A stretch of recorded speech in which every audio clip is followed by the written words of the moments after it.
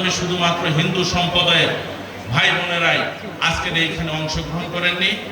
এই রথযাত্রায় অংশগ্রহণ করেছেন আমাদের বাংলাদেশের বিভিন্ন জায়গায় থেকে আগত ভক্তবৃন্দ এবং দেশের বাহির থেকে বিভিন্ন ভক্তবৃন্দ আজকের এই অনুষ্ঠানকে সফল এবং সার্থক করার জন্য তারা আজকে এখানে উপস্থিত হয়েছে।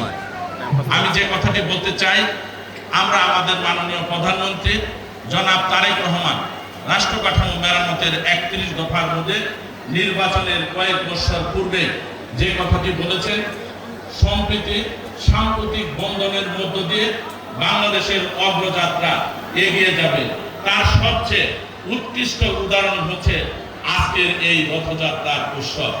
আমরা আমাদের মাননীয় প্রধানমন্ত্রীর যে অভিপ্রায় সেটাকে ব্যক্ত করে আমরা আমাদের সরকারের পক্ষ থেকে আমাকে যখন দায়িত্ব দেওয়া হয়েছে ঢাকা জেলা পরিষদের, তারপরে আমাদের মসজিদ মাদ্রাসার সাথে আমরা অন্য ধর্মের প্রত্যেকটি মন্দিরের মধ্যে বিভিন্ন জায়গায় আমরা সেইখানে সরকারি বরাদ্দ দেওয়া হয়েছে।